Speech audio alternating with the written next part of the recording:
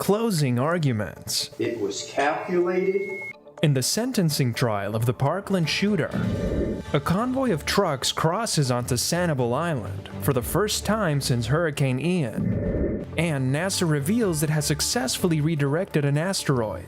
Actually slowed it by 32 minutes. These stories and more coming up on Newsbreak. Hello, South Florida. I'm Samantha Gutierrez. And I'm Julian Davis. Today it's Wednesday, October 12th, 2022. Live from the South Florida Media Network's Biscayne-based studios in North Miami, this is SFMN Newsbreak. Jury deliberations are underway in the Parkland sentencing trial. Life or death for school shooter Nikolas Cruz is now in the hands of those jurors. As the network's Daisy Leon reports, it's following the closing arguments yesterday by both the defense and the prosecution. This plan was goal-directed, it was calculated, it was purposeful, and it was a systematic massacre. Now, all of these years later, Nikolas Cruz is being sentenced. You're looking at the closing arguments in the case on Tuesday. The prosecution talked about the cruelty of the shooting. You have to figure out what? Something to say to the Uber driver because she may be suspicious. So what does he say to her? I'm going to music class. Explains his instrument that he's taking. Saying Cruz researched other deadly shootings and came up with a tactical and purposeful plan for murder. Cruz pleaded guilty to 17 counts of murder and 17 counts of attempted murder. The jury will decide if Cruz spends the rest of his life in prison or gets put to death. For South Florida Media Network, Daisy DeLeon. Bridge access to Sanibel Island is back open this morning. A group of trucks entered Sanibel Island yesterday for the first time since Hurricane Ian. The temporary fixes to the bridge is safe for trucks, trailers, and first responders to cross. Until then, the only way to enter the island is by boat or aircraft. The bridge will open to the public beginning next Friday.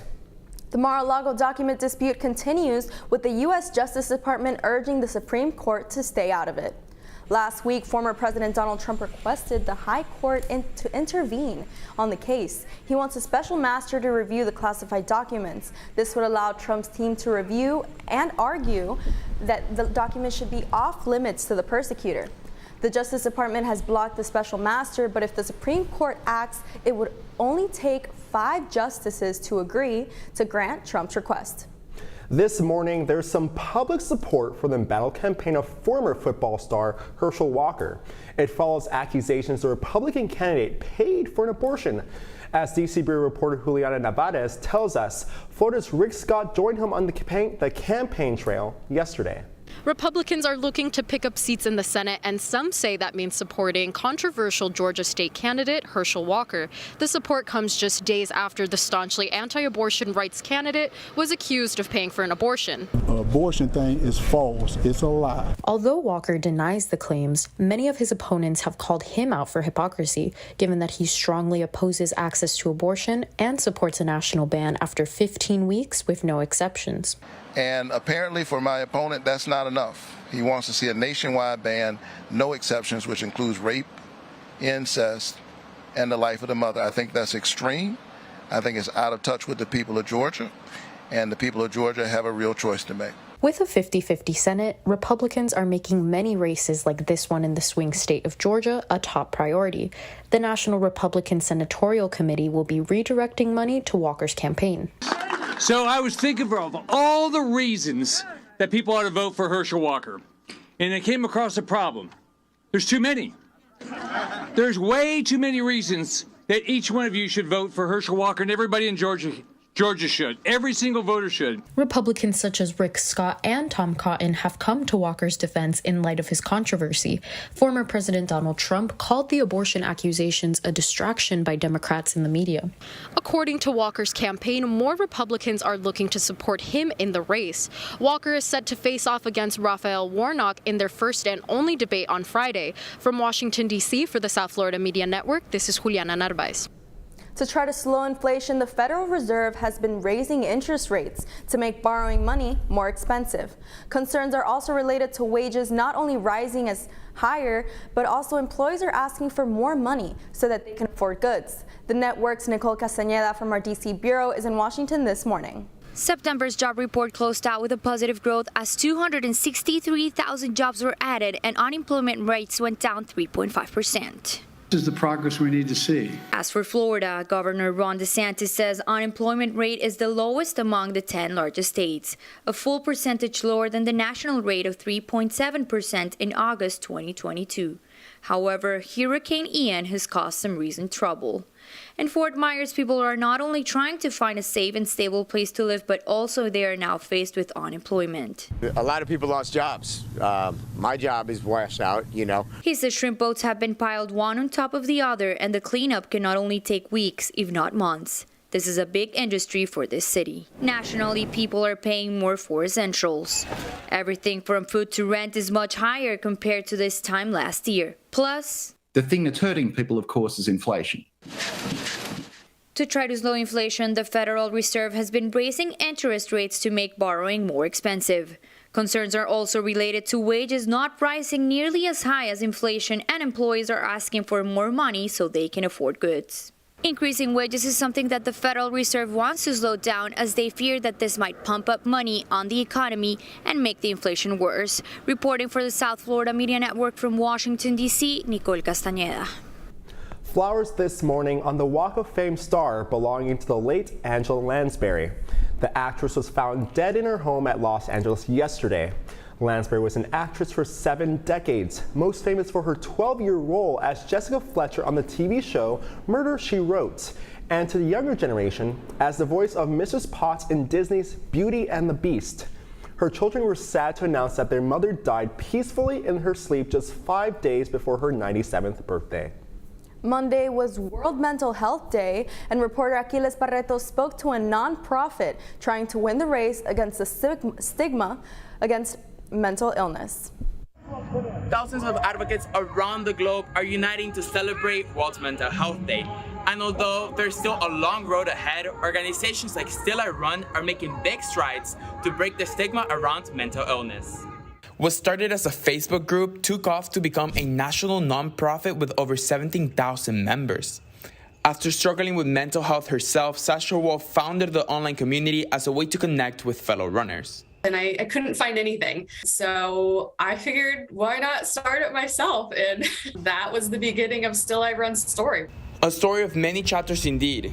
And one of the newest chapters just launched here in Miami, with Captain Brenda Rivera guiding her peers towards the finish line of self-improvement. I have anxiety, depression. I was actually recently diagnosed with PTSD, and that's how I came across Still I Run. It made me realize that I wasn't the only one facing a lot of the things that I was facing. According to data from the National Survey of Drug Use and Health, around 17% of Floridians struggled with mental illness in 2020. Brenda believes that running could help a lot of people deal with the weight of living with mental illness. Forget about everything that's going on, every stress factor in your life, and be able to do it for your mental health and for your overall being. Every year on World Mental Health Day, Still I Run hosts a virtual 5K race to encourage newcomers to start the journey of improving their mental health. Even on my cruise, I still wanted to do the virtual 5K for them and be a big backup on the community. For those who are looking for an outlet but are still apprehensive about using running to help, the Still I Run team says, do it, because running has such a sense of stability and endorphins that you feel so much better after you run versus when you first started. If you want to learn more, you can go to stillirun.org, or you can reach out to them through facebook.com/stillirun. Stories like Brenda's remind us that making small steps can make big changes. Reporting for the South Florida Media Network, I'm Aquiles Barreto. An iconic era coming to an end, the 13th and final movie of the Halloween franchise coming to theaters soon. That's still ahead, and so is this story.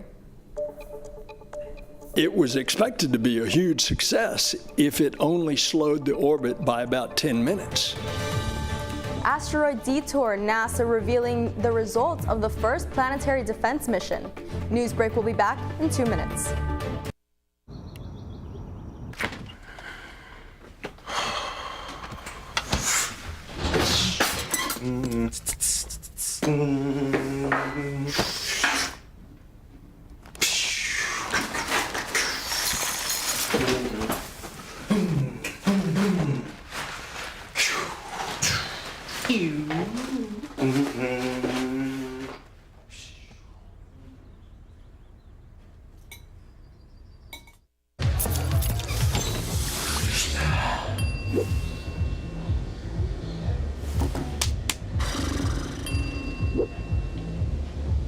If you need to do something to feel okay to drive, you're not okay to drive.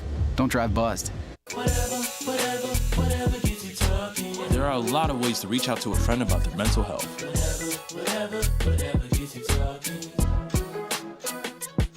Learn how you can help at seizetheawkward.org. Bill is a family man. He invests his money wisely and provides a good life for his children.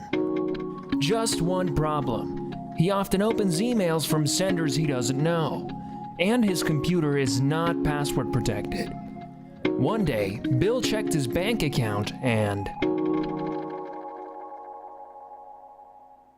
94% of malware attacks originate from emails. Don't be like Bill. Take your cybersecurity seriously. There's so many rewards in life. You coming into our home was one of the greatest rewards we could have ever had.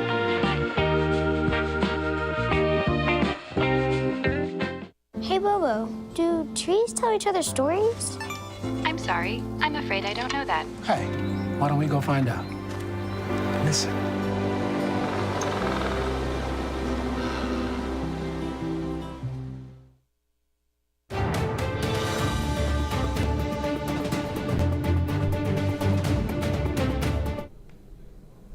An out-of-this-world announcement, NASA revealing that its asteroid experiment was a breakthrough. NASA's first mission with the goal of planetary defense is considered a success. Scientists plan to change the trajectory of an asteroid by slamming an aircraft into the asteroid Dimorphos that currently orbits a larger asteroid, Didymos. Now, this is a watershed moment for planetary defense and a watershed moment for humanity. The goal was to shave at least 10 minutes off its usual orbit, and they were able to take 32 minutes off and triple the expectation. The final movie in a slasher sequel starring Jamie Lee Curtis is coming to theaters this Friday. The 13th movie in the Halloween franchise premiered yesterday in Los Angeles. The final film marks the end of an era, as actress Jamie Lee Curtis has played her character Laurie Strode for over 40 years. That is all the time we have for Newsbreak. I'm Julian Davis. I'm Samantha Gutierrez. Get more news anytime at sfmn.fiu.edu.